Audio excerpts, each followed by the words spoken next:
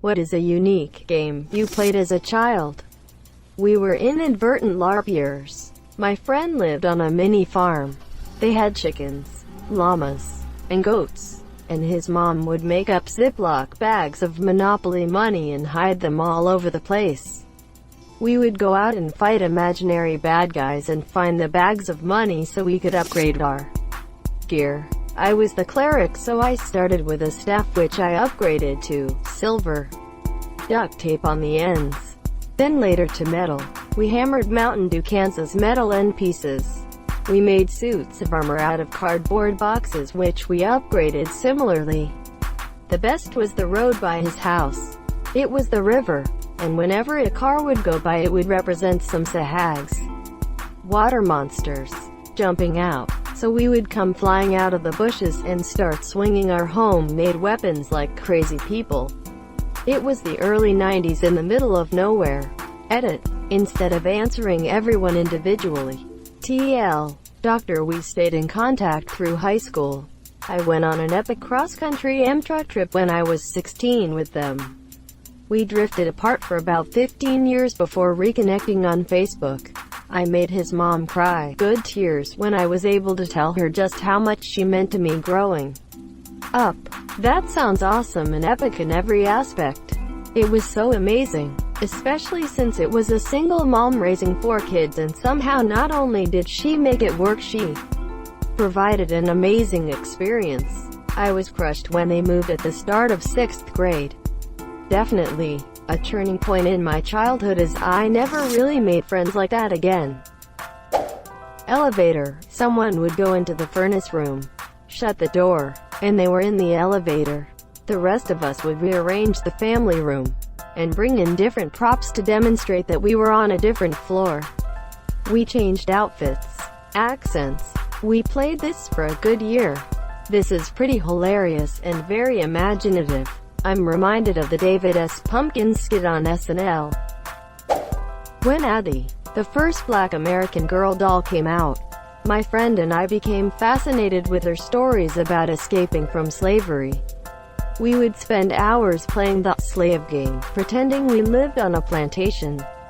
Once her dad realized what we were doing, he helped us by giving us real slave chores to make our game more realistic.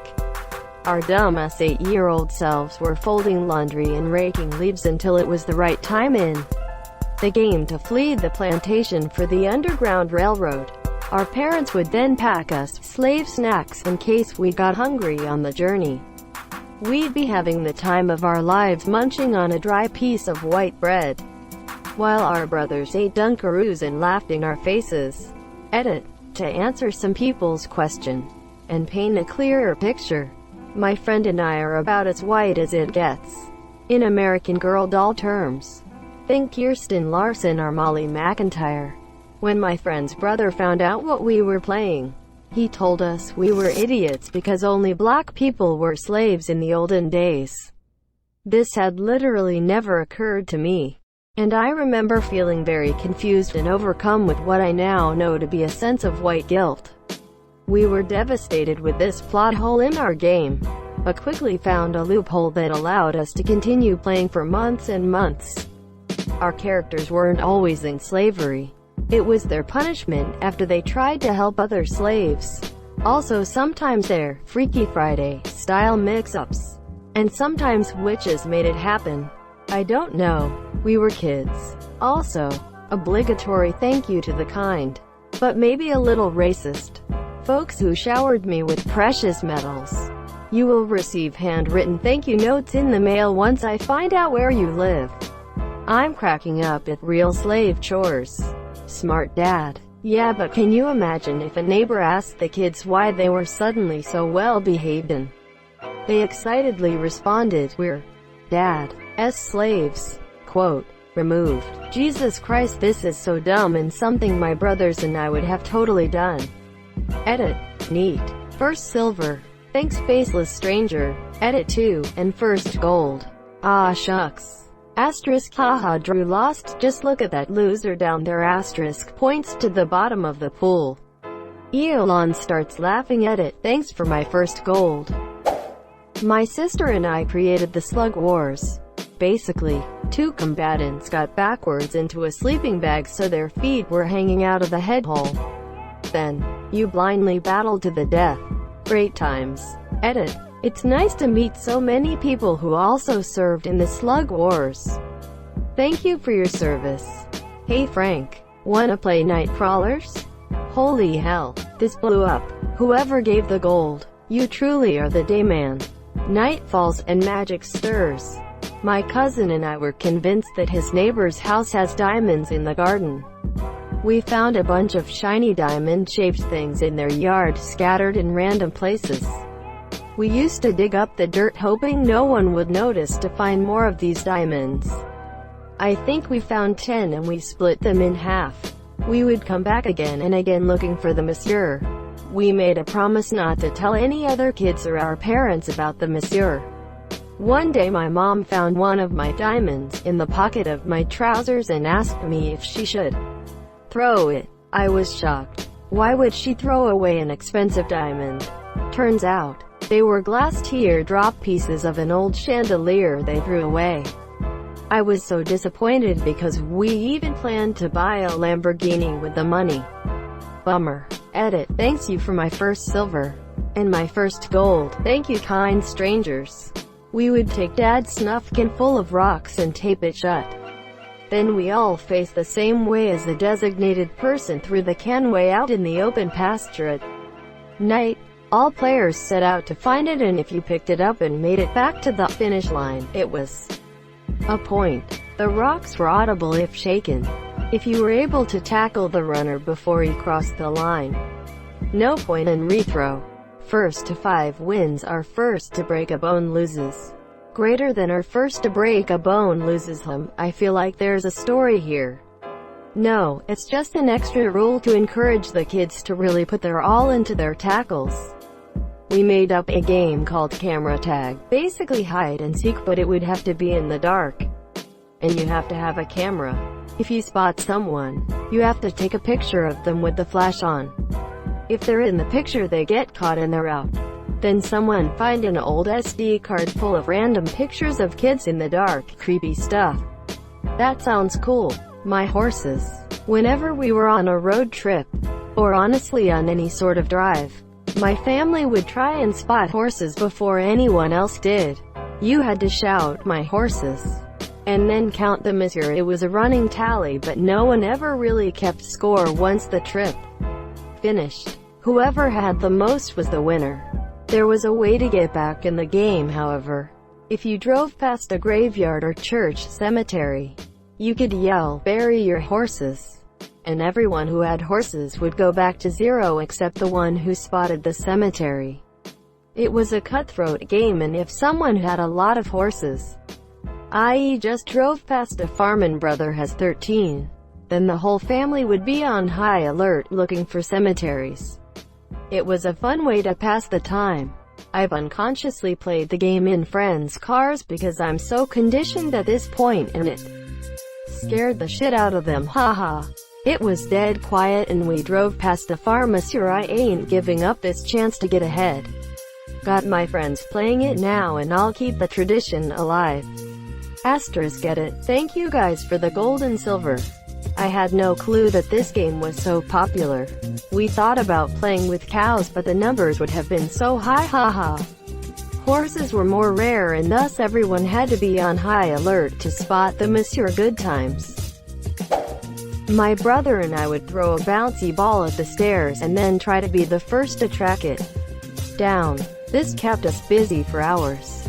Are you a golden retriever by any chance? Also happy cake day, closing parenthesis. Silver receiver get it. Thank you for silver, kind soul smiley face. I know someone that did this in jail. They'd close their eyes and flip a penny or a button somewhere into their cell and spend the next few hours crawling around, trying to find it. Oh, that's much less heartwarming. It's not what it sounds like, but my cousin and I used to play the underwear game. We would go into her laundry room, which was in the basement with ample room, and both of us would grab someone's used underwear from the hamper. Then we'd fight each other trying to get the underwear over the other's head. Obviously it was disgusting and had to stop when someone caught us playing it. Jesus Christ, kids are gross. Edit. I'm even a monsieur, I love kids. They're still gross. My cousin and I used to play witches.